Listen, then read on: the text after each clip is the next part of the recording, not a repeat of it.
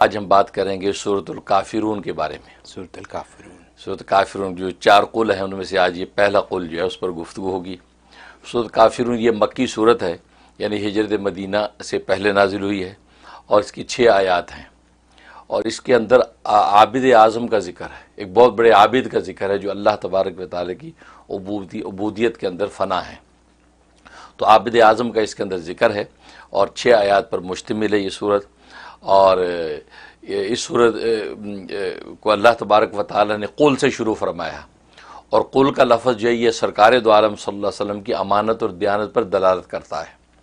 اس لیے کہ جب کسی کو یہ پیغام دیا جاتا ہے کہ آپ فلاں کو یہ کہہ دیجئے، تو یہ جو لفظ ہے یہ کوئی نہیں دہراتا کہ اس نے مجھے یوں کہا کہ آپ فلاں کو یہ کہہ دیجئے، لیکن رسول اللہ صلی اللہ علیہ وسلم کو جب کہا گیا قل، کہ آپ ان کو کہہ دیجئے، قل یا ایھا الکافرون، اے کافرو، لا اعبد ما تعبدون، میں عبادت نہیں کرتا ان بتوں کی جن کی تم عبادت کرتے ہو۔ تو قل کا لفظ کہنے کی ضرورت نہیں ہوتی، لیکن چونکہ وحی کے اندر سرکار دو عالم صلی اللہ علیہ وسلم نے یہ قل کا لفظ سنا، تو جیسے سنا من وان آگے امت کو پہنچا دیا۔ سبحان اللہ۔ تو وحی کے اوپر آپ کی امانت اور دیانت کا عالم یہ ہے کہ ایک قل کا لفظ بھی آپ نے اس میں سے مائنس نہیں کیا، تو باقی پورے قرآن کے اندر جو مضامین جس کا تعلق امت کے ساتھ ہو، تو سرکار دو عالم صلی اللہ علیہ وسلم اس کے اندر خیانت کیسے کر سکتے ہیں؟ اس کا مطلب ہے کہ واقعی اللہ تبارک و تعالیٰ کی وحی تھی، اور وحی کے ذریعے سے یہ پیغام آپ تک پہنچتا تھا، اور آپ یہ پیغام امت تک پہنچاتے تھے۔ اور اس کے اندر جو ہے وہ کفار مشرکین کے ساتھ ایک مخاطبت ہے کہ یا ایھا الکافرون، اے کافرو، لا اعبد ما تعبدون۔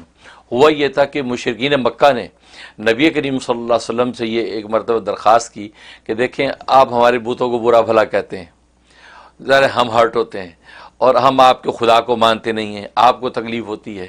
اب ایسا کرتے ہیں، ہم ایک ہی سوسائٹی معاشرے میں ہم نے رہنا ہے، لہذا ہم آپس میں کوئی کمپرومائز کر لیتے ہیں۔ اس کا طریقہ یہ کہ 6 مہینے آپ ہمارے بتوں کی عبادت کریں، 6 مہینے ہم آپ کے خدا کو مانیں گے۔ تو یہ مل کے آپس میں سمجھوتے کے ساتھ چلتے ہیں، خام کا یہ ماحول خراب کرنے کی کیا ضرورت ہے؟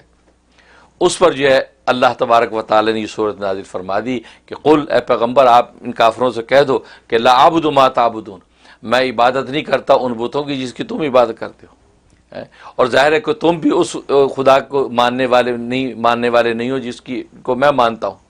تو گویا کہ 2 ٹوک فیصلہ کر دیا کہ یہ پاسبل نہیں ہے، یہ کمپرومائز نہیں ہو سکتا۔ تو گویا کہ پتہ چلا کہ سرکار دو عالم صلی اللہ علیہ وسلم اپنے توحید کے اوپر اتنے مستحکم اور مضبوط تھے کہ مشرکین اپنے شرک پہ اتنے مضبوط نہیں تھے۔ وہ آپ کی استقامت کے سامنے وہ متزلزل ہو گئے، اور 6 مہینے اپنے شرک کو چھوڑ کر توحید اختیار کرنے کو تیار ہو گئے۔ لیکن نبی کریم صلی اللہ علیہ وسلم ایک لمحہ بھی جو وہ اپنی توحید کو چھوڑ کر شرک کی طرف جانے کو تیار نہیں ہوئے، یہاں تک کہ فرما دیا لکم دینکم ولی دین، میرا اپنا راستہ ہے، تمہارا اپنا راستہ ہے، لیکن یہ ہے کہ یہ کمپرومائز نہیں ہو سکتا۔ توحید حق پر تم آؤ گے تو ایمانی شراکت ہوگی، اگر توحید حق کو نہیں مانو گے تو پھر کسی قسم کا کوئی سمجھوتا نہیں۔ تو گویا کہ اس سے میں استقامت جو ایمان کی یہ بتلائی گئی ہے، اور ابدیت کا اعلیٰ مقام بتایا کہ ظاہر ہے کہ سرکار دو عالم صلی اللہ علیہ وسلم کفار و مشرکین کے مقابلے میں اس معبود برحق کی معبودیت کو واضح کر رہے ہیں، اور اپنی ابدیت کاملہ کا اظہار کر رہے ہیں۔ اس لیے آپ سے بڑھ کر عابد اعظم کون ہو سکتا ہے؟ اس لیے عبودیت کا اعلیٰ مقام آپ کو اللہ تبارک و تعالی نے عطا فرمایا۔ تو یہ حقیقت اس صورت میں بیان ہوئی۔ اور جہاں تک اس کے فضائل و فوائد کا تعلق ہے، تو ایک اس کا فائدہ یہ ہے کہ اگر اعتقادی شرک پیدا یہ پڑھ کے اللہ سے دعا کرے تو کیسی بھی حاجت ہوگی اللہ تبارک و تعالیٰ پورا کر دیں گے۔ کتنا آسان، زبردست۔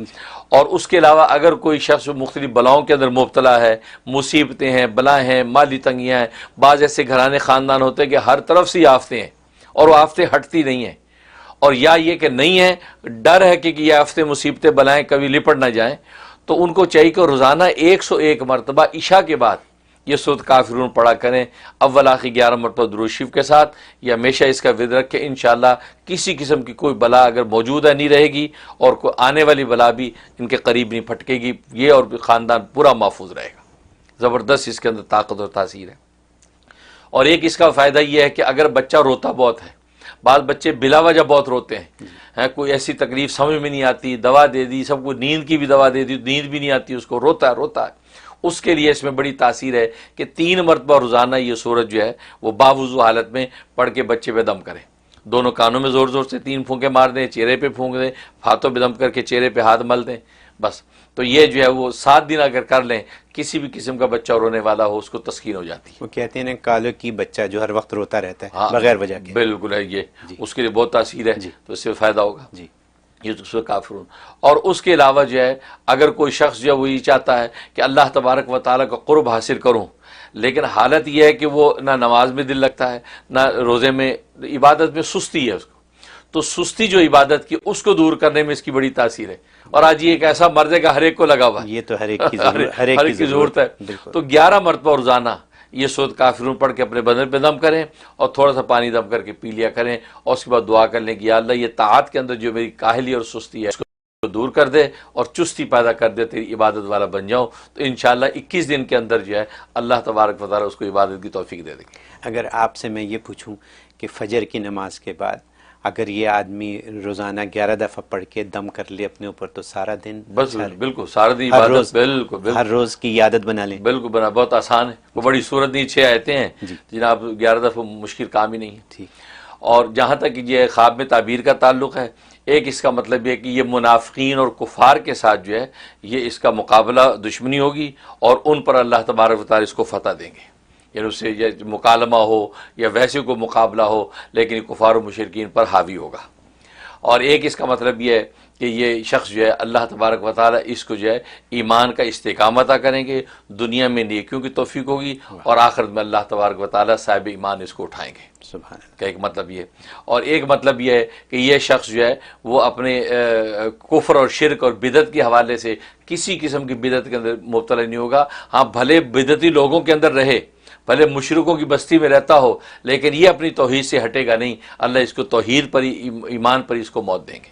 سبحان اللہ. یہ اس کے لیے بشارت. بہت خوب. بہت حضرت یہ ایک ایسی چیز ہے جس کی ضرورت مجھے ہے، اللہ ہم سب کو ہے. صحیح بات. تو ہم سب کو یہ کرنا چاہیے، چاہے فجر کے وقت کریں چاہے دن میں کسی بھی وقت کریں، بس ایک دفعہ کر لیں 11 بار. اگر یہ بات اگر ایسی ہو جائے تو کتنی آسانی ہو جائے. ہم ہر وقت، ہماری دعا ہے کہ ہم نماز صحیح پڑھ سکیں، وقت پہ پڑھ سکیں، اور ایسی بہت سی چیزیں لوگ چاہتے ہیں کرنا لیکن کر نہیں پاتے. تو یہ کرتے ہیں تو مضبوطی ہو جائے، اور اپنے بچوں کی مضبوطی کے لیے کھانے کے اوپر دم کر کے کھلا دیں ان کو، سب کھا لیں تو یہ واہ واہ سبحان اللہ. بہت خوب حضرت، بڑی ایمان افروز بات ہے اور آسان بات ہے، اور یہ تو ہماری نماز میں ہر وقت پڑھنے والی صورت ہے، تو سب کو یاد بھی